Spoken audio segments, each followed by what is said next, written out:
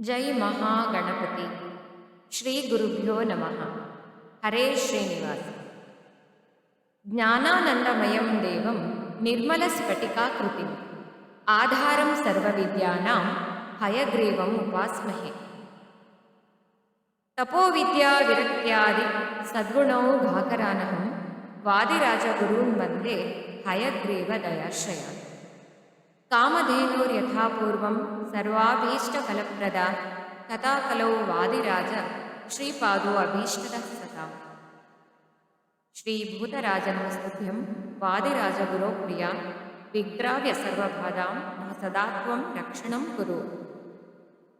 ಶ್ರೀ ವಾದಿರಾಜತೀರ್ಥರು ಶ್ರೀಮಧ್ವಾಚಾರ್ಯರ ಪರಂಪರೆಯಲ್ಲಿ ಅತ್ಯಂತ ಶ್ರೇಷ್ಠ ಯತಿಗಳಲ್ಲಿ ಒಬ್ಬರು.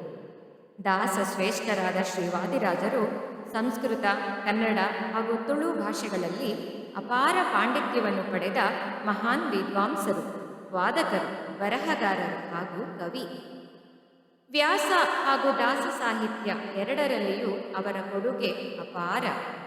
ಅವರು ರುಜುದೇವತೆ. ಮುಂದಿನ ಕಲ್ಪದಲ್ಲಿ ಶ್ರೀ ವಾಯುದೇವರ ಸ್ಥಾನವನ್ನು ಅಲಂಕರಿಸುವ ಭಾವಿ ಸಮೀರರು. ಅವರ ಕೃತಿಗಳನ್ನು ಹಾಡುವುದು ಹಾಗೂ ಕೇಳುವುದೇ ನಮ್ಮೆಲ್ಲರ ಸೌಭಾಗ್ಯ.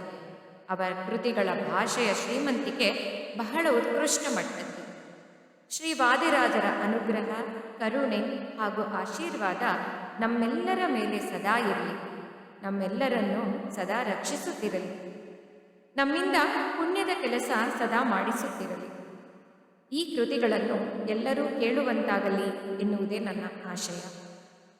ಶ್ರೀ ಸೋದೆ ಮಠಾಧಿಪತಿಗಳಾದ ಶ್ರೀ ವಿಶ್ವವಲ್ಲಭ ತೀರ್ಥರ ಚರಣಾರವಿಂದಗಳಿಗೆ ನಮಸ್ಕರಿಸುತ್ತಾ ಅವರ ಸಂಪೂರ್ಣ ಅನುಗ್ರಹ ಬೇಡುತ್ತೇನೆ. ಶ್ರೀ ವಾದಿರಾಜ ಕೃತಿಗಳನ್ನು ಹಾಡುವ ಸೌಭಾಗ್ಯ ನನಗೆ ಕರುಣಿಸಲಿ ಎಂದು ಅವರಲ್ಲಿ ನನ್ನ ಪ್ರಾರ್ಥನೆ.